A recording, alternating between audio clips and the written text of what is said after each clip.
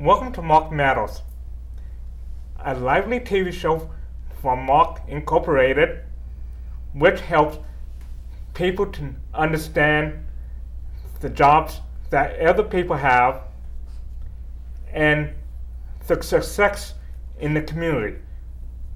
I have two very special guests with me, named Grabbe, who's the president of People Force of Connecticut, and Virian, who's a self-advocate for coordinator for People Force of Connecticut and DMR. I'd like to welcome you both. Thank you very much. Thank you. And Virian, my first question to you, how did you get started as a self-advocate coordinator? I saw the job position posted in the office that my case manager works at in Willimantic, and I decided to apply for it, and I got a call that I got the job. And when you got the job to be a self-advocate coordinator, was that for the Willimantic area? It's for the North region, like Eastern Connecticut. They have 3 self-advocates in the North region. I work in the Willimantic office, and then there's Carlos, who works in the Newington office, and Chavez works in the East Hartford office. Mm-hmm. Yeah. Okay. And we have 8 self-advocate coordinators right now. We have 3 in each region, and you know, I'm also a self-advocate coordinator, and I'm very proud of my job because, you know, I love advocating for people with disabilities, and this is like a job I've never had. I really like it very much. Kel, how did you get to be the president of People Force of Connecticut? Well, when I first got involved in People First of Connecticut, when I first found out what it was, you know, I saw that it was a statewide organization, and that there's like all of these things that you're advocating for, and you know, I have been involved with People First now for 10 years, and I paid attention to the position as the president, and I'm thinking to myself, well, you know what? I think I would be able to do this. So I ran for president last year, and I won. But the year before, as you know, I only lost by 1 vote. But I am really, you know, enjoy being president. Now, Kel, I understand that we have a statewide conference coming up. Yes, we do. Now, where's that going to be? It's going to be at the Bristol Clarion, and it's going to be November 3rd. And we would really like to see more self-advocates because, you know, we've had annual conferences and not many self-advocates, surprisingly. So hopefully it's going to be a really good conference. Now, why is that? Well, because hopefully we'll have really good workshops. Hopefully, you know, the committee will work really well. We'll come up with a good theme for the conference, and we're going to be working on that soon. I believe the conference committee will be getting together soon. Now, this question's for any of you. Okay. What does a self-advocate coordinator do for People Force of Connecticut? We help people. We help start new self-advocacy groups. Like I know in East Hartford, they're trying to start a self-advocacy group, and in New Haven they have a new one, and in Waterbury they have a Spanish-speaking self-advocacy group. Yes. And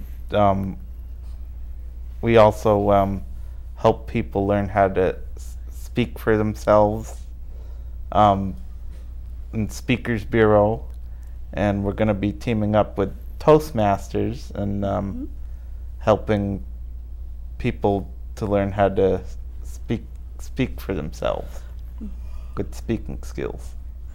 Yep. I'm glad that you brought up the Speakers Bureau.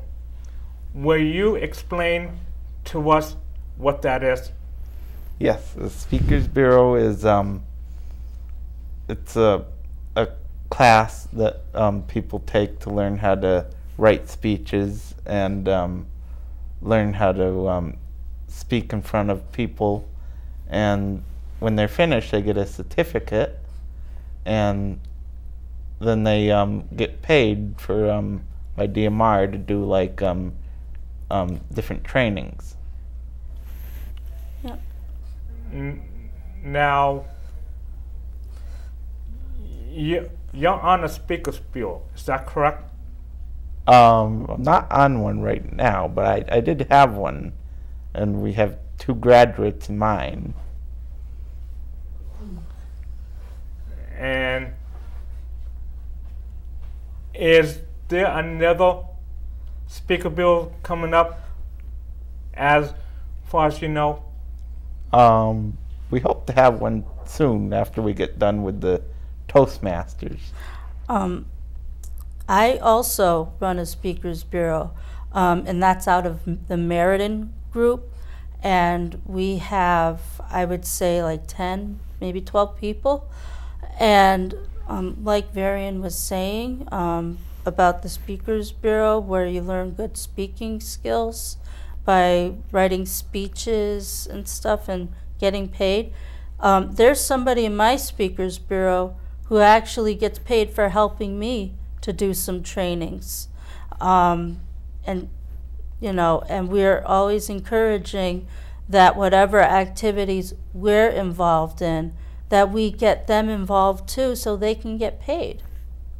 So, you know, this has been going on for a while, and, you know, we're really hoping that, you know, we get more people involved, get more Speakers Bureaus going, and working with Toastmasters also, which is an organization that teaches you more really about speaking. Am I correct, Virian? Yes. Okay. Well, I don't think that you need to have somebody help you write speeches. Will you talk about the respectful language, Carol? Well, I have a lot of great news. I have huge news, actually, to announce. But the Respectful Language Bill, what this is all about is, you know, having person-first language be used. And the reason why we're advocating so hard to have the Respectful Language Bill be passed is because people need to understand what it's all about. First of all, when you think of person-first language, it's not hard to understand. It's not hard to know what it is. All it is you're putting the person first and not the disability, because the way I see it, I see that a lot of people tend to think of, you know, us as sometimes not being able to do, you know, a lot of things. And, you know, we're always being underestimated. And look at us. I mean, we work for the state of Connecticut. Our voices are always being heard. But the reason why we are working so hard to have the Respectful Language Bill be passed is in honor of somebody who recently passed away, Stephen Saucier. And if this bill were to pass, it would be called the Stephen Saucier Act in honor of him.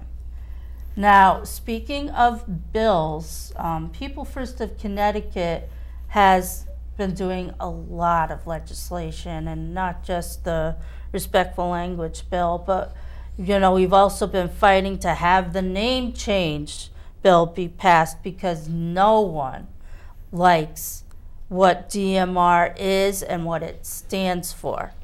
Now, I'm a self-advocate coordinator. I work for DMR, and I can't stand the name, okay? But you know what? It is looking so good, and we are so thrilled that it passed. The DMR name change bill got passed, and it will officially be called Department of Developmental Services. Now that just sounds so much better and so much more respectful than Department of Mental Retardation. And this will go into effect as of October 1st of this year. So I'm really excited. Whereas we know that it was supposed to go in effect as of July 1st. But now that we know that it's going to be taking effect October 1st. That's right. Of this month. That's right. And better late than never. Well, Virian, you're on the legislative committee with me. Would you explain to our viewers what the legislative committee entails? Yes, I'm on the legislative committee with Tom, and what we do is we meet before our people first meetings, and we work on bills, and we're working on the Ashley X bill. So because Ashley X, she's a person who the parents kind of made her so she wouldn't grow and stuff, and we don't want that to happen to anyone else. So no, but the way it happened is Yeah. terrible. I mean, Yes, the way it happened was unforgiving. I thought that the parents should have been disregarded. could I add something more, if that's okay, Mary? yes, Well, first of all, when I first found out about Ashley X and all about what this was, and when I understood it, it just made me sick.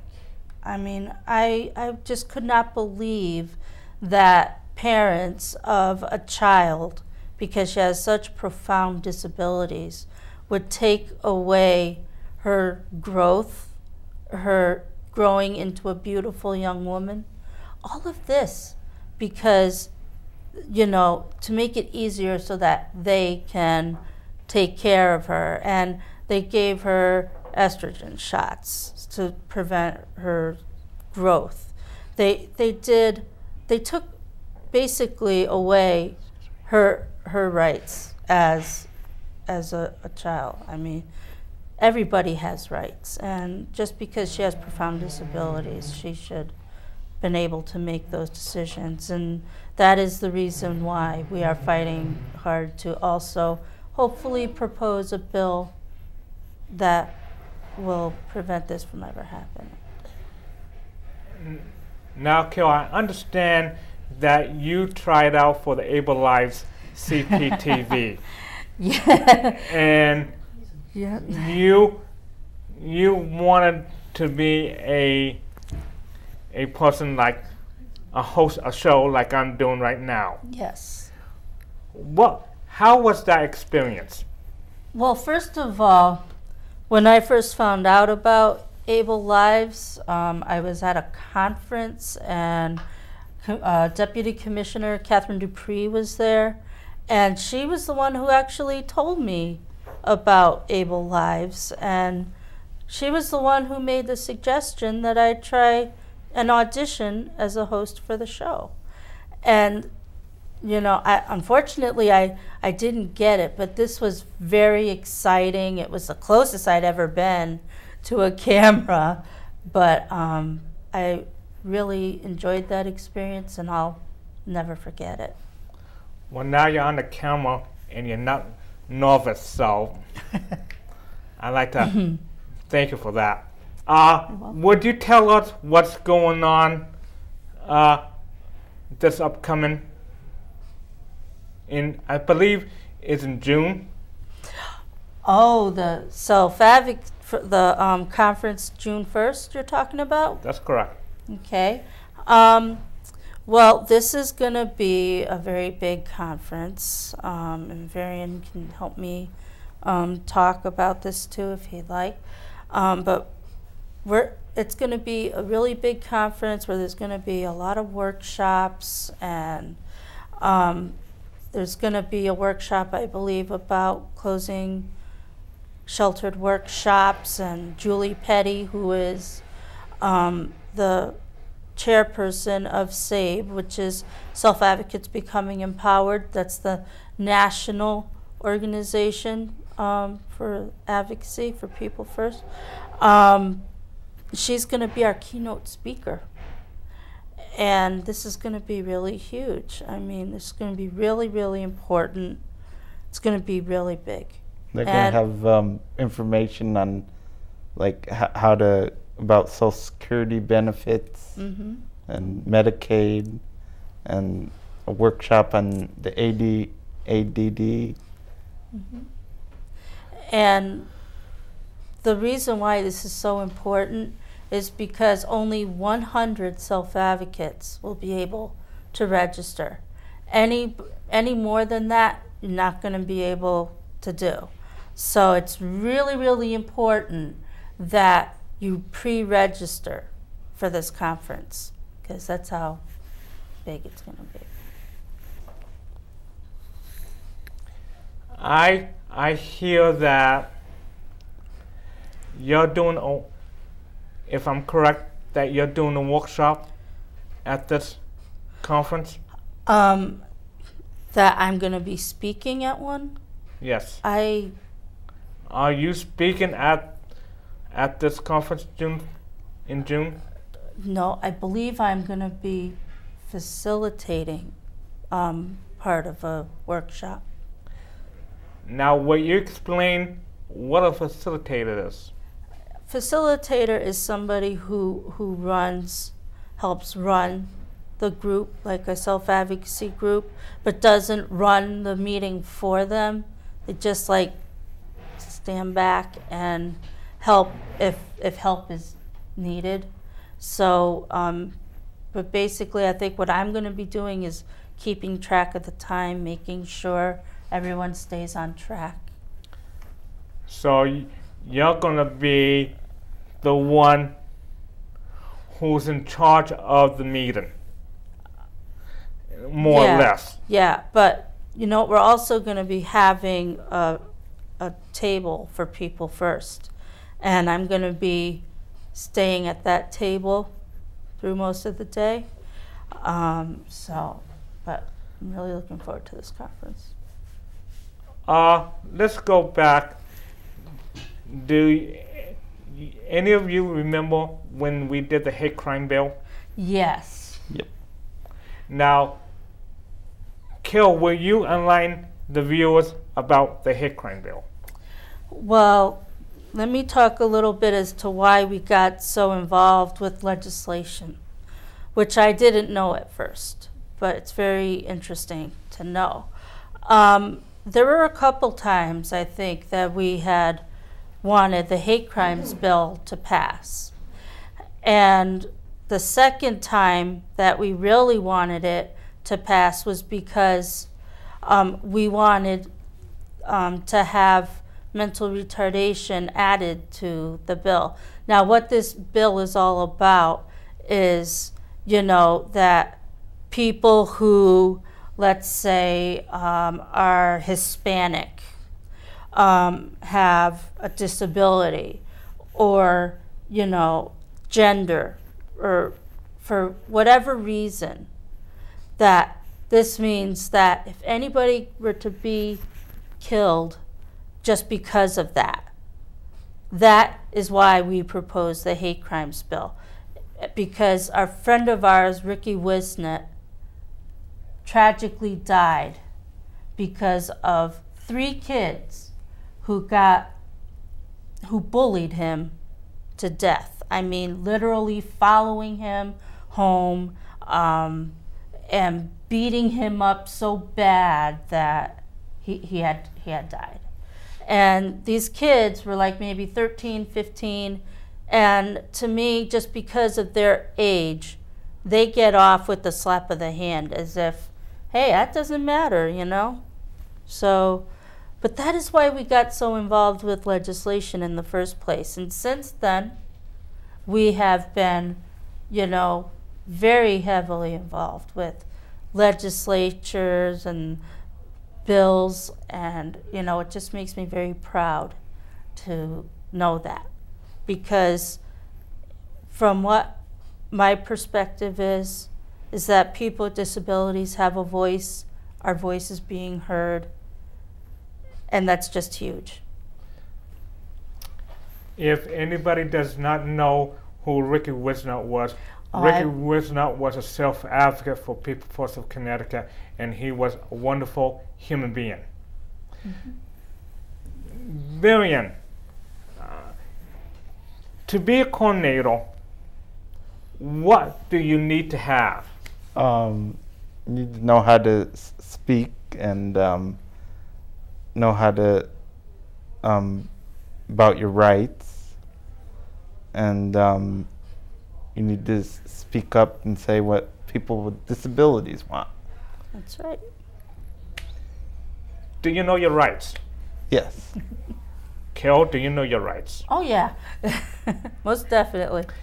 Do you think all people should know about their rights? Absolutely. Yes. Absolutely. What's your duties? What are my duties as president? Yes. I run the meeting. I work with Jean on the agenda, although I think I should be working more with officers about the agenda. So, you know, but so I do that, make the agenda, you know, go over it with everybody, you know, and I run the meeting, because that's basically what the president's job is. And it's also my job to represent People First if I'm at a conference or, you know, a workshop.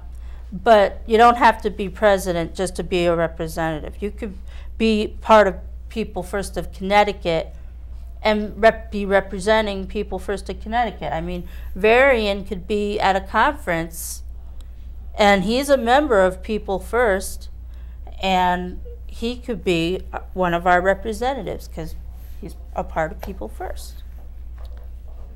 What is a board member, Virian? Board member is someone who's part of People First, who's on the board, and we go and we vote on certain things like the mission statement. Right, and that's good that you brought the mission statement up, because we've been having a huge issue with the mission statement. That's been going on for years, and you know, we were working really hard. People First of Connecticut came up with one version, and then my self-advocacy group came up with a different version.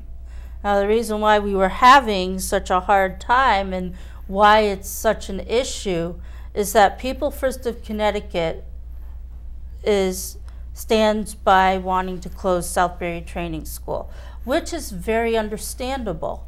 But you know, to have that as part of the mission statement, you know, that is a goal. That is more of a goal. Like the DMR name change has been a goal of ours. For over 20 years, it's been a goal. And now that goal is now accomplished. So think about that as being part of the mission statement, saying, oh, yep, and we really want to close down Southbury Training School. We also want to change the name of DMR and have that as part of the mission statement. You can't have something like that as part of the mission statement, because, you know, what a mission statement is something that you stand by, things that you believe, like all people with disabilities should be respected. So People First of Connecticut also educates people with disabilities and without disabilities to understand who we are. We want to be treated with fairness and equality. And these are all things that are good to be in a mission statement. But if we were to have Southbury Training School as part of the mission statement, and let's say it was already closed, we would have to go back and change it. So that's a good way to think about it, okay? Because mission statement should be something that never has to be changed. And as of a couple days ago, we adopted our mission statement, and we're really proud about that. Virian,